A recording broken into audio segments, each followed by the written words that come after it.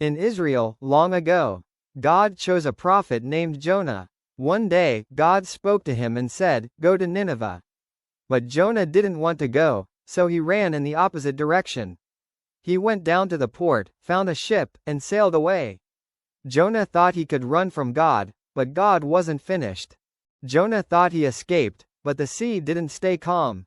God sent a powerful storm, and the ship began to break apart. The sailors were terrified. They threw cargo into the sea. But Jonah was down below, sleeping. The captain ran to him and said, "Wake up. Call on your God." The storm wasn't stopping, so the sailors said, "Let's cast lots, to find who caused this." And the lot fell on Jonah. They asked him, "Who are you? What did you do?" Jonah answered, "I am a Hebrew, and I worship the Lord, the God of heaven, who made the sea and the land." Then they were terrified, because Jonah told them he was running from God. The storm was getting worse. The sailors asked Jonah, "What should we do to make the sea calm?" Jonah answered, "Pick me up and throw me into the sea."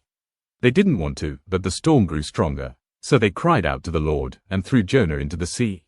And suddenly, the sea became calm. Then the sailors feared the Lord greatly. But Jonah's story wasn't over. Jonah was sinking deeper and deeper into the sea. Everything looked finished.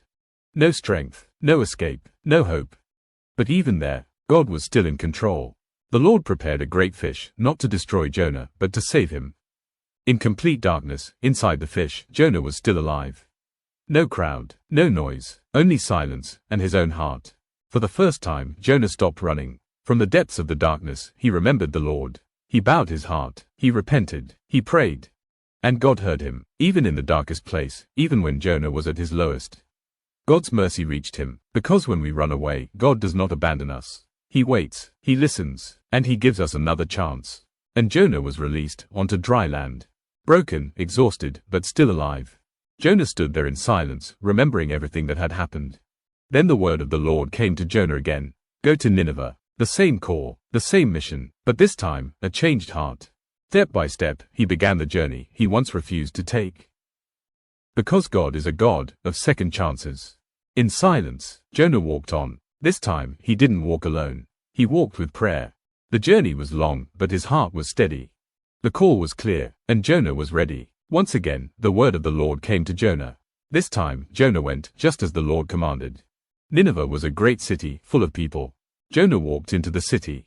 And Jonah proclaimed God's message, saying, 40 more days, and Nineveh will be overthrown. And the people of Nineveh believed God. They turned from their evil ways. The message reached the king of Nineveh. When the king heard it, he rose from his throne. He removed his royal robe, covered himself with sackcloth, and sat in ashes. Then the king issued a decree throughout Nineveh.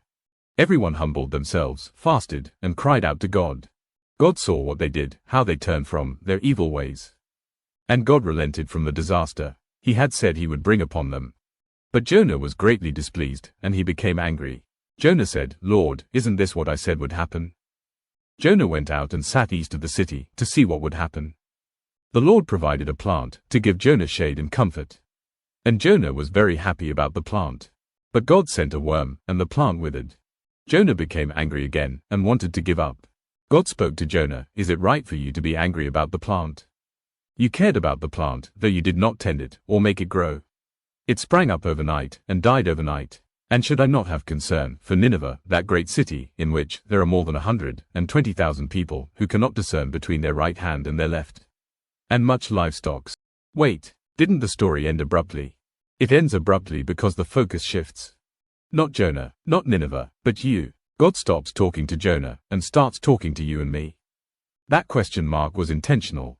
It's like God is saying, "I'm done explaining, now it's your turn." Okay, pause. Before we judge Jonah, let's be honest. We love mercy when it saves us. We struggle with mercy when it saves them. Jonah ran from God, but sometimes we run from grace. Ouch.